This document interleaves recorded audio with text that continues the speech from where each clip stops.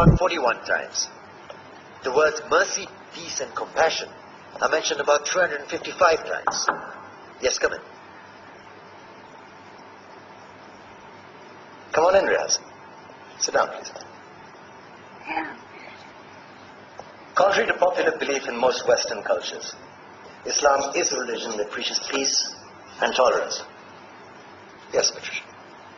If Islam truly is a religion that preaches peace, then how come the world's most troubled spots, the West Bank, Afghanistan, Pakistan, Iraq, they're all plagued with Islamic terrorism? Well, that depends on your definition of terrorism. Some might argue that the U.S. invasions of countries like Iraq and Afghanistan are also acts of terrorism. No, those were acts of war to get rid of despotic regimes. Or a means of getting at a country's oil. Conspiracy theories. Well, may I? Yes, please. Go ahead, Riaz. Mr. Khan is right. I mean, if we're talking about terrorists, the world's biggest terrorists are the white superpowers. Come on now. No, really. Stop and think about it. Explain 9/11. Okay. Do you know how many people died in the Twin Towers strike? Around 3,000.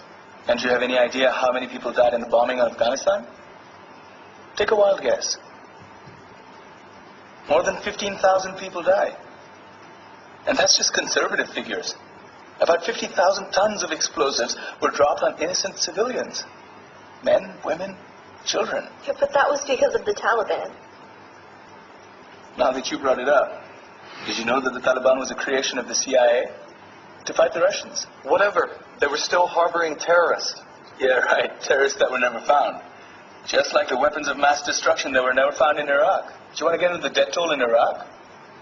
500,000 civilians and counting. And what do Britain and America say when they don't find these weapons? It's simple. They just say sorry. And still refuse to relinquish control of these countries. What are you trying to say? What I'm trying to say is that just because you're American, wear a fancy suit, and call yourself the president, doesn't make you any less of a terrorist. I'm saying that if you don't stop meddling in other people's countries, you will face a backlash. If Muslims like you feel that way, then why don't you get out of our country? We will. As soon as you promise to leave ours.